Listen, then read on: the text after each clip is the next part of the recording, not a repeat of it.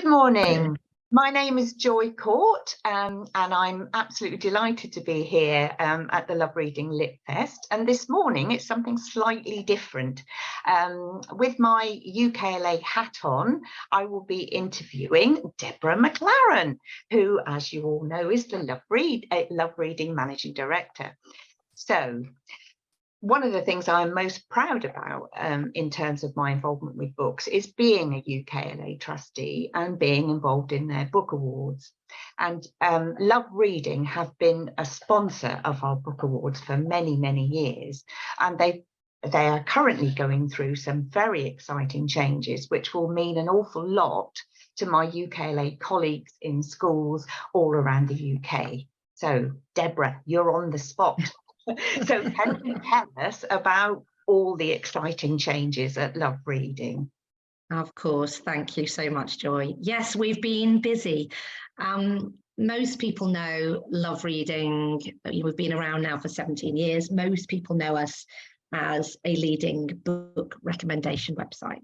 But earlier this summer, we announced the launch of an online bookstore, well, two online bookstores actually, on Love Reading and on LoveReading4Kids, where 25% of the cover prices of a book, so if you buy a book for a tenner at £2.50, can be donated to a school of the buyer's choice to spend on books. And we'd sort of known for a while we wanted to do something, wanted to do more, if you like. And that shift, this launch of the online bookstore was really a manifestation of that. So you can still do all the things that you've always done on Love Reading. You can read reviews from our editorial experts. You can read reviews from other book lovers. You can write your own reviews. You can download the opening extracts. You can enter competitions.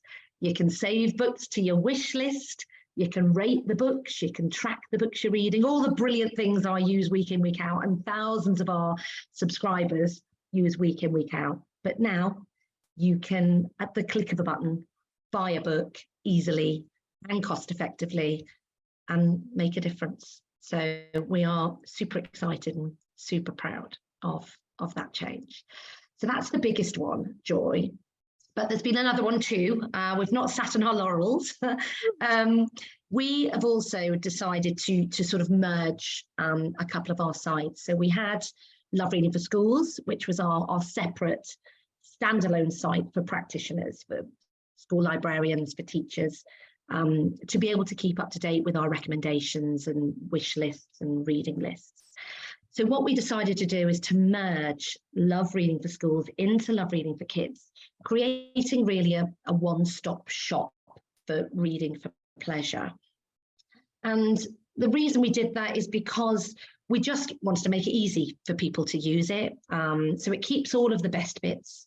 Schools can now log in to one portal, one dashboard, and do all the things they could do before. They can create a reading list. Let's say they've got a whole school focus on diversity.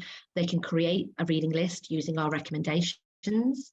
They can adopt our reading lists. So we have reading lists for every year group that are changed annually, as Joy knows and supports us on.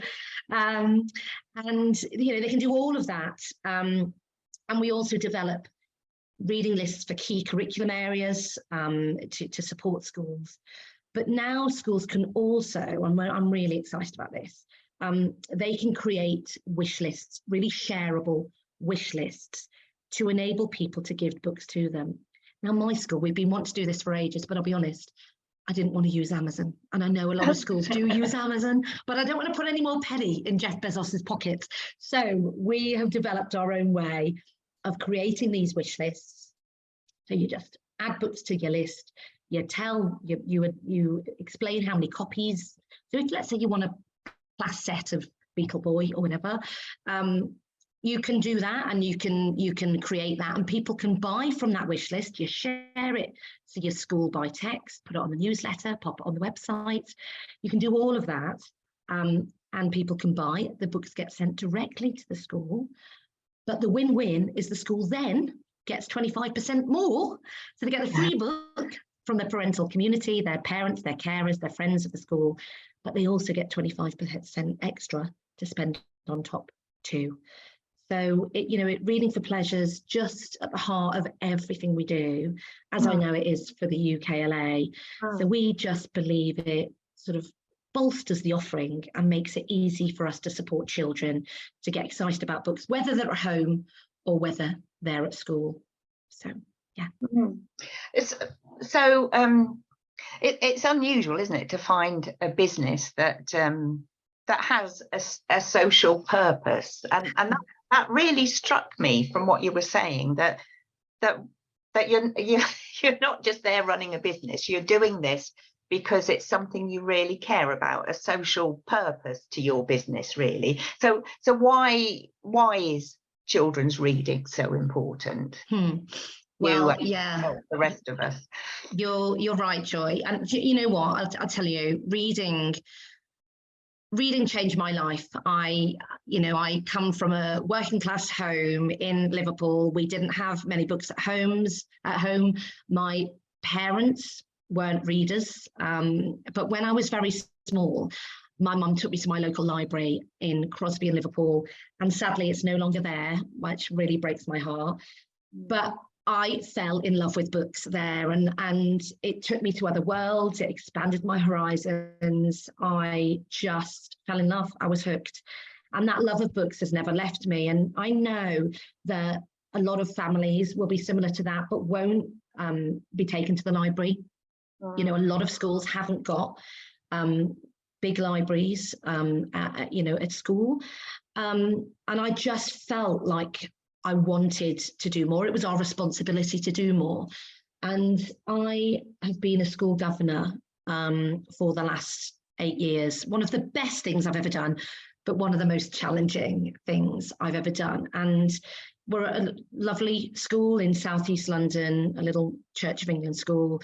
But our budget is absolutely tiny, and so I understand firsthand the challenge of affording books.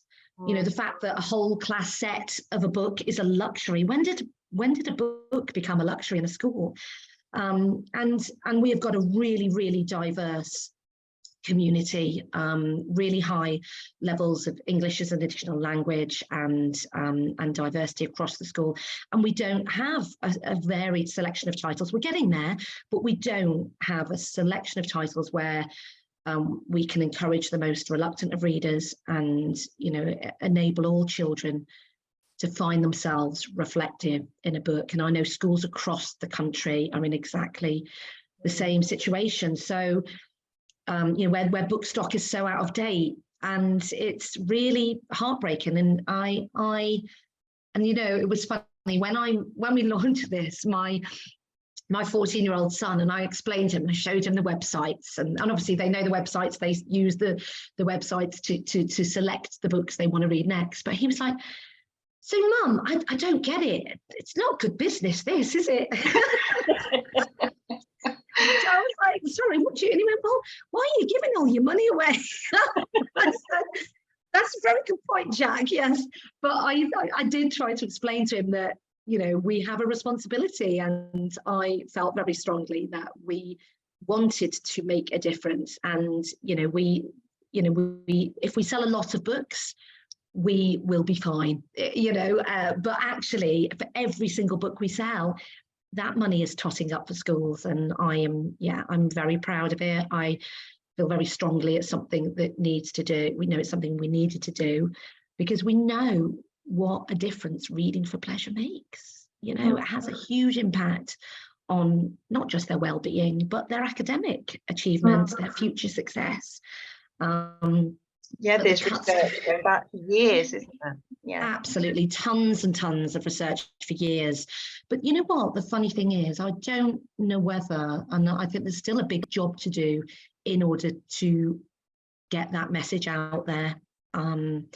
I think that the cuts to school funding mean that many kids don't have access to well-stocked libraries. Many don't get to experience the magic of reading that made me a reader for life, that made you, such a lover of books. So for us, really, it was about, let's try and create a way to redress that shortfall, an easy way to share the magic of reading by people supporting a school, you know, buy from a bookstore.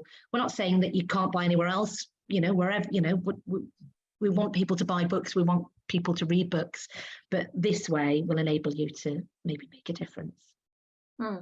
So for all your loyal book lovers on Love Reading, so the adult book lovers who've been associated with the site and have been using it for years and years because it's such a fabulous way to find out about new authors and, as you say, read extracts, and you know, there's a real reading community. But these adult book lovers can actually be helping the next generation, because all of the purchases across all of your sites will contribute to this scheme. Yeah, absolutely. That's amazing. Both sites. Yeah, both sites. Yeah. And so we've got a really dedicated, loyal audience of about 250,000 people who subscribe to our newsletters, whether it's weekly or fortnightly, to get book recommendations, to enter competitions, to read all of our bookish content. So they can now buy books. So they read a book they like the sound of, and they can buy it there and then. When they get to checkout, they can decide, do I want to nominate a school? And maybe it's a school close to their hearts, maybe it's their children's school, you know, maybe it's their grandchildren's, their grandchildren's school, which it probably would be in your case. Maybe it's the school your kids go to, maybe it's the school where your sister teaches. It doesn't matter. You can nominate a school and that 25% goes to them. Let's say you don't have an affinity with a school, and this is more likely on the Love Reading site. But if they don't have an affinity to a school, they will know that still 10% will go into a pot for schools in real need. Because what we're finding is that school, you know, if you've got your children at school and you're buying lots of books, that's fantastic. But not every parental community, not every school has a community of people who can afford to buy books. And it's even tougher now with the cost of living crisis, right? Wow. So this way, if you're buying a book, 10%, and you don't nominate a school, 10% goes into the pot. And this week, I want to say, it's heartbreaking. I was reading an application for funding last week and I was in tears. It nearly broke my heart. So we are announcing this week £1,000 worth of funding to go to an incredible school in Mansfield, actually in Nottingham. It's a gorgeous school with amazing staff in a really deprived area, and so I'm delighted that £1,000 is going to them and we're able to support them in that way. So anyone who buys with us, no matter what the site, will be giving something back and making a difference. So perhaps talk us through a little bit about the nitty-gritty. So if someone were to nominate a school, does that school have to already be registered on the site to have joined Love Reading, or could it be any school in the UK?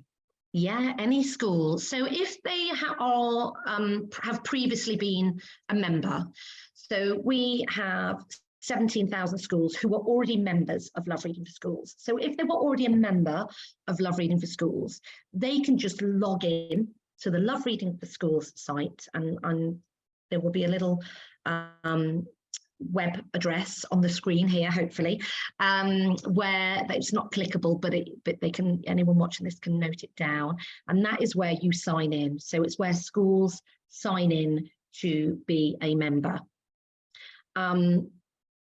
If you can't remember your login, just email us at schools@lovereading.co.uk.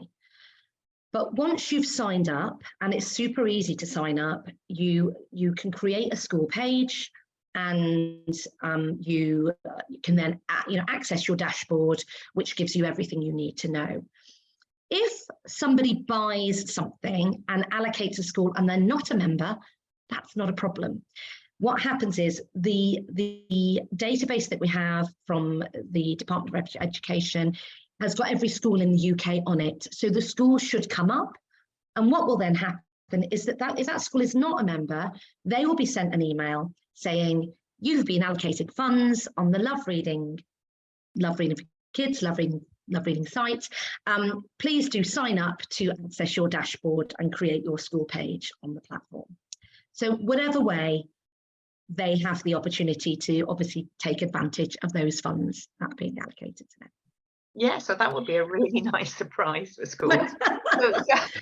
So people can, as you say, donate to any school they have a connection with, or geographically or whatever. They can do that. So a school could be notified that they have funds available, or we can encourage schools to get online and register now and create their own site, and they can start doing things like, as you say, creating wish lists and class lists and recommendations. I mean, schools have been trying to do this with families for a long time, haven't they? They've been trying to encourage them to buy books for their children, and parents always ask for recommendations, especially at this time of year, for recommendations. What sort of books would be good? So schools can start creating these lists, which they can share with their parents' association and with family newsletters. So they can start persuading people to buy those books that way. But also they can spend their own money to buy books that hopefully they would have been doing. And the money they spend themselves, they're going to be earning on as well. Absolutely. It's win-win-win. It is. And I have heard a lot already. It's a bit of a no-brainer, is it? And it's not often you hear of no-brainers, right? But it is a no-brainer, Joy. If a school has budget to spend and they're going to buy the books anyway, consider LoveReading for Kids, because you are buying. I mean, we had a trust actually that have made several purchases for schools in their trust. They were obviously going to be buying the books anyway, but they have 2 schools in their trust that already have £1,000 to spend on books because the trust have bought books and allocated it to these schools. So absolutely, it's worth considering buying your own books on the LoveReading for Kids site, because you will get that 25% back. So when they log in, when the school logs in, they can see their dashboard, which will say, look, here's your current credit level. Here are the orders that you've made. Browse the site to buy your own books. Adopt reading lists here, create reading lists, create wish lists. And those wish lists, it's super, super easy. They create a wish list wherever they want. Let's say it's a class set of books for their reception class, or let's say it's a library improvement program. It really is at the click of a button, they can share that. We're also adding some other functionality in shortly. So we're going to be adding a CPD hub with several of our partners to help understand the training that's available to help encourage a reading for pleasure culture in their school. So that means, let's say a school is looking to, I don't know, improve their school library, but they've got nobody trained to be that librarian. It's about courses like that. It's about webinars from lots of brilliant people like the UKLA, like the CLPE, like the National Literacy Trust, the courses that are available. And so they will be available via this hub. They'll also be able to download resources, and I think this is really important, so that they can share this opportunity with their school communities. So we've created dozens of posters they can put around school. We've created flyers they can put in the book bags. We've created little banners that they can put on school newsletters or on the school website or on the Twitter or on their Facebook, just saying, buy books and support this school. And we've even created a little book plate where, so if people do buy books from your wish list, and we're just about to launch this in our school, a little book plate that if people buy books for the school off the wish list, then they can have a little book plate in the school library saying, we thank John Smith for this lovely book, and it's just giving something back. So those resources, I think, are going to be critical, because we believe that the schools need to be shouting this from the rooftops to say, look, if you're buying a book, please buy it from Love Reading for Kids, because it helps us buy more books for our school. And that's really important. And that page can be shared, as you say, with the school community, so they can see the wish list. You're always going, what? Because before I got involved with this, I think after I'd finished with the books that I'd loved as a child, it's really hard, and we know there isn't much coverage in the press for children's literature. It's so heartbreaking, actually. So there aren't many places you can go to get brilliant recommendations for children. And what has really shocked me being involved with the business over the last few years is how many amazing books are being written for children, books that I love reading. I'm reading more books now than I ever have for kids, and you just see the quality of the books being written. It's amazing, Joy, isn't it? It really is phenomenal. Yeah. I mean, the resources that are available for children, they're so fortunate, but that's what makes it so heartbreaking, that there are those children in a sort of what I call a perfect storm of deprivation, because the most deprived areas are quite often the areas which will have lost their public libraries, and if their schools have no school library to fill that gap, those children are just falling through the net. And it's absolutely crucial that we do everything we can to get access to books and reading for all children. And what I wanted to emphasize as well, because people might be thinking, well, will I be able to get all the books that I want from Love Reading? So do you want to tell us a bit about what range is available to them? Yeah, absolutely. I mean, when you come to the site, if you're not familiar with it, you can filter by age range, you can filter by subjects. If you've got a 5-year-old dinosaur fanatic, you can search for books for 5+ for dinosaurs. So it's a great way of being able to segment, but we're also creating collections all the time of things that we think are relevant. So we're in the middle of non-fiction November. We've created 100 brilliant books for non-fiction book lovers. So pretty much any book is available. We have partnered with a wholesaler, one of the biggest wholesalers in Europe, called Gardeners, and they fulfill the book sales for us.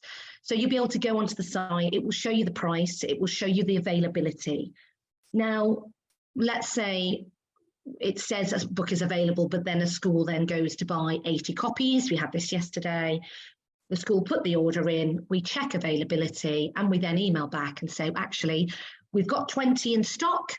We've put the other 60 on order. They'll be with you in 3 to 5 days, and they will be given an indicator of how quickly that will be available. We're not going to have 100 copies of every book ever published, but on the whole, most books that you will want or need will be available on the site. And if they're not, email us, we can probably get hold of it. So you're fulfilling the same sort of role as any place that a school would go to get their book supply, and as you say, Gardeners are the wholesalers to support all of the retail and online outlets. They all come through, they're the biggest distributor of books out there, so you can't get them from Love Reading, you can't get them anywhere. Absolutely. As well as being able to view curated lists and things, people can just search by author, title, ISBN if they know it, and they'll be able to find particular titles like that, won't they? They have access literally to everything that's available. Absolutely. When you pop something in, let's say you put the Romans into Love Reading, it will give you, once you're there as a school, you can either review or download the Romans recommended reading list that we've created. It will bring titles up with the Romans in it, and it will probably bring you a collection of books with the Romans in it. So we've tried to really work on the search so that it's bringing up, the relevant information that is needed. And actually what we find, although we've got a really, really loyal audience, 75% of our traffic comes from Google, with people going, the new, I don't know, Catherine Doyle book for kids, or so many people are coming just from Google and finding us because of the quality of the search and the content that we're creating. So yeah. I mean, you've had some great successes, haven't you, already, even though the scheme is relatively new. Can you tell us a bit about the impact that you've observed, that you've seen? Yeah, I mean, it's early days, but we really feel like we're starting to get there. We have had thousands and thousands of schools using the platform. We've got hundreds of schools. I think we're nearing 1,000 schools that have credit and that are spending the credit. As I said, we've got this new scheme, which we'll talk about in a minute, but this school in Mansfield, it's just so lovely to be able to support them and start talking about what books they're going to spend this £1,000 on. And of course, it's the schools that actually, for doing very little and actually buying books that they were going to be buying anyway, them seeing thousands of pounds worth of money tot up, free money to spend on even more fantastic books. So we are really excited about that. We obviously, the UKLA are going to become an affiliate of LoveReading4Kids, which we're really excited about. And a lot of our partners are coming on board, enabling our partners and other literacy organisations and literacy charities to be able to buy books on their website too. So if we take the UKLA example, the 2023 long list will be available to buy at the click of a button from the UKLA website, as well as our own. And that means that the UKLA are supporting more schools. It means that schools are getting more money. And it's just a great way. So that affiliate program that we have available, we're hoping that publishers will get on board to give things back. I know that DK have just joined the program, and we will, we're really excited about the opportunity there for other organisations to get involved and do their bit for schools across the UK. Yeah, it's fantastic. So you've mentioned this funding scheme. So is this like a grant application type of system that schools can apply for? It is. Wow. I suppose, yeah, I know, it's very exciting. I'm really, really excited about this. I think most schools out there probably know about the Foils scheme that's been around for years. And it's fabulous. It's absolutely fabulous, but it is hugely, hugely oversubscribed. Yes. So we are have just announced a funding school that schools can apply for. So we will be accepting applications from state-funded schools in the UK. Primaries, secondaries, and early year settings are all eligible. Schools can apply for between £1,000 and £5,000. And we will fund books. So this is, I suppose, the differentiator, if you like. It's about funding books with a specific focus on reading for pleasure. So we won't fund textbooks or curriculum books as such, but reading for pleasure. And for us, really, it's about focusing on schools in real need.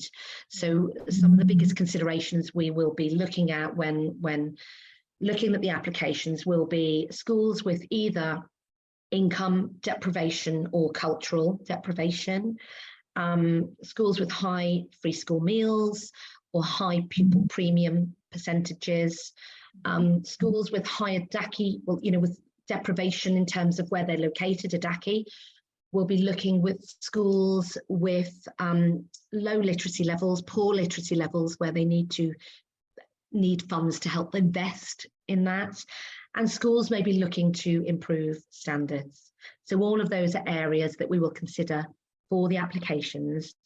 The applications are open now, and they will be ongoing. So it's not going to be at a certain time of year. Once we've got funds to be able to give another tranche of funding, we'll be announcing it, we'll be selecting it, we'll be looking at the applications and identifying the ones that we think are in real need. So we really hope that we'll be giving funds, several at the moment, and hopefully soon many times a year to schools in need. So you'll be announcing the first tranche of winners, if you like, soon. So we need to look out for that on social media and hopefully in the press. Absolutely, hopefully in the press, Joy. You got it. We should definitely get coverage of this sort of thing because it's remarkable. Is the application process a lengthy one? What sort of things do schools have to do? Obviously, they fill in their basic details, but then is it just making their case, a sort of a statement that they have to fill in? It is making a case. It shouldn't take, I imagine, more than 20 minutes, half an hour. It is a short questionnaire, but those areas of consideration I've mentioned there, we are asking that they upload documentation to help support it. So if it's a school development plan or a assess from the school, or let's say it's their pupil premium report, whatever, we are asking to upload documentation to support the statement. And it may well be links to their school website. It really could be that easy if the website is well populated. Probably a lot of the information may well be there. But it is a statement and obviously the key information, and we'll be reviewing them based on those pieces of information.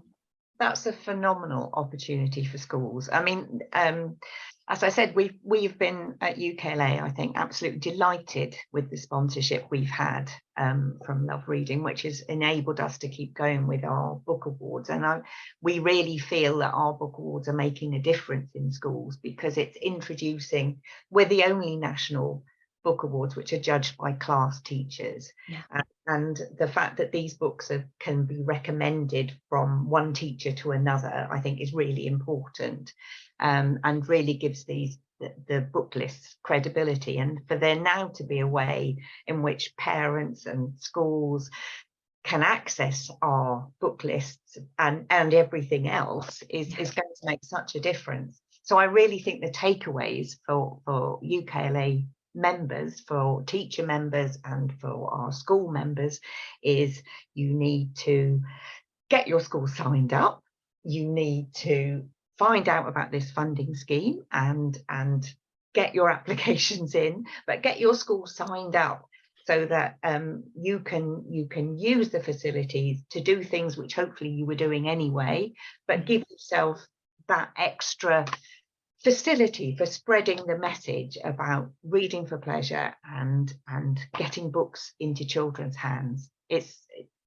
This can only make life easier for schools. You've done everything you've talked about. It has shown me how you're trying to make it easier for schools to do what we care about so much. So this is fantastic news for you. Well, for schools everywhere, not just UKLA members, but for schools everywhere. Thank you so much, Deborah. This is fabulous. Thank you so much, Joy. As I said, we are a tiny team, and I've got to shout out to our incredible team for making our vision happen. It's not been easy because we don't have resources to throw at everything, but we've got a brilliant team that believes in what we are doing and that everything changes when we read. And if we can do our little bit to make a difference and to make it easy for schools, because schools, there's never any time. I know that when I'm in school, it's like, it is crazy, right? There's always a million things needing to be done. And so if we can, in this, create this Reading for Pleasure hub, this one-stop shop for reading for pleasure for home and school, where we're consistently sharing great book recommendations and making it easy for people to buy great books, then hopefully it will really make a difference. So thank you. Definitely. Thank you so much. Thanks so much, Joy. It's a pleasure talking to you as always. All the best.